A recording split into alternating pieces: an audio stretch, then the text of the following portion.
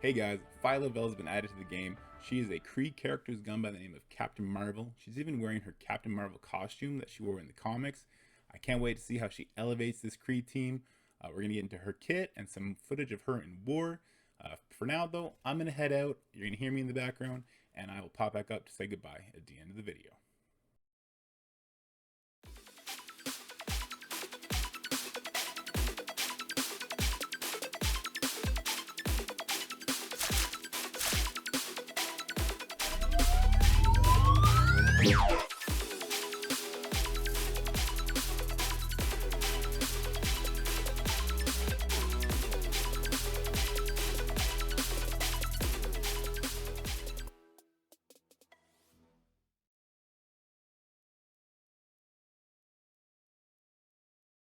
Alright guys, let's just quickly dive into her kit. Give you the abridged version just to speed this along. So for the basic, does damage, applies offense down for 2 turns, that's the T4. The special does damage, does an AoE cleanse of everything for Infinity Watch, and does a barrier for all of Infinity Watch, plus extra if Adam Warlock's present. And the ultimate does damage, applies offense up and defense up for 2 turns, that's part of the T4. You'll also get death proof for 2 turns if the enemy has any positive effects. So everything in Phyla-Vell's passive kit also applies to the full Infinity Watch team. So you'll spawn with defense up for 2 turns to the whole team.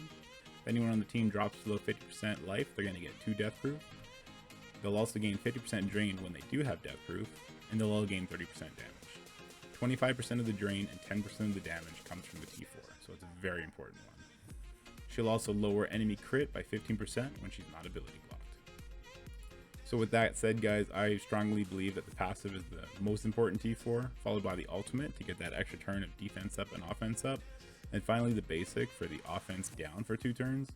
I think that basic is going to be pretty niche, mostly used in mirror matches. For ISO 8, like all the Infinity Watch members except for Nebula, you're going to want her as a striker. That way, anytime she uses her special, her ultimate, she's also going to be applying offense down. Alright guys, let's jump into some more offense action with Phyla-Vell, Gamora, Nebula, Ultron, and Night Nurse, going against the Heroes for Hire. About 100k punch down, but the enemy is in cargo bay and is boosted, so it's a pretty fair matchup, and my Night Nurse is pretty big, so she skews the power difference pretty big.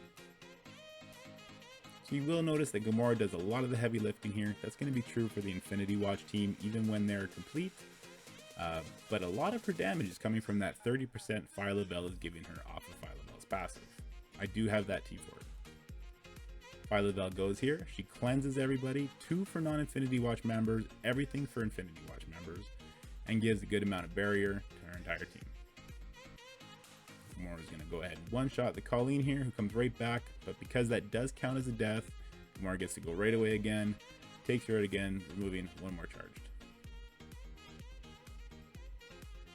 The Ultron bots are definitely helping speed us up, getting us some offense up all over the place, so that helps. But Moondragon and Adam Warlock are obviously going to be the most efficient on this team.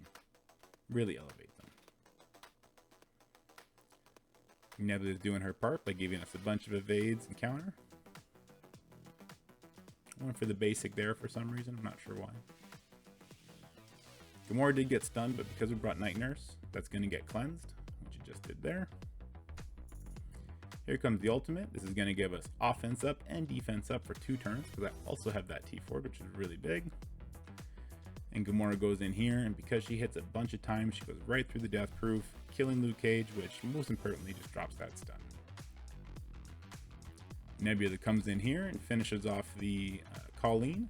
I'm guessing that the 3% damage happened after the death proof is cleared, so it went ahead and took her out. And from here on out, guys, we're just clearing up the Heroes for Hire. Once Colleen drops, their source of damage is really gone, and you don't need to worry too much. We'll go after Misty next, just to avoid some of the debuffs.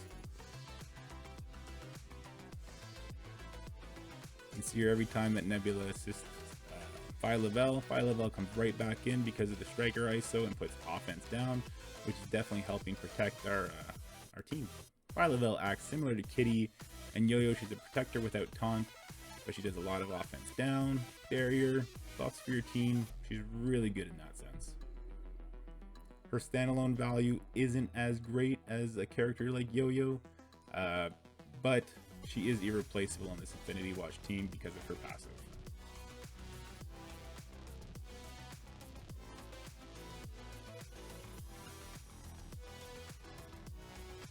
There you go.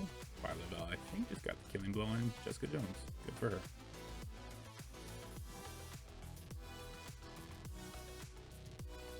And there you have it, guys. An easy win.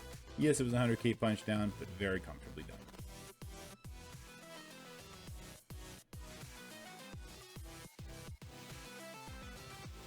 So yeah, guys, that was a pretty convincing win.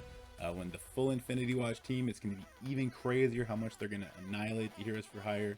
I can't wait to unlock that team and show you what they can do. I'm sure it's going to be like hundreds of K punch up. It's going to be a lot of fun. But until next time, see you around.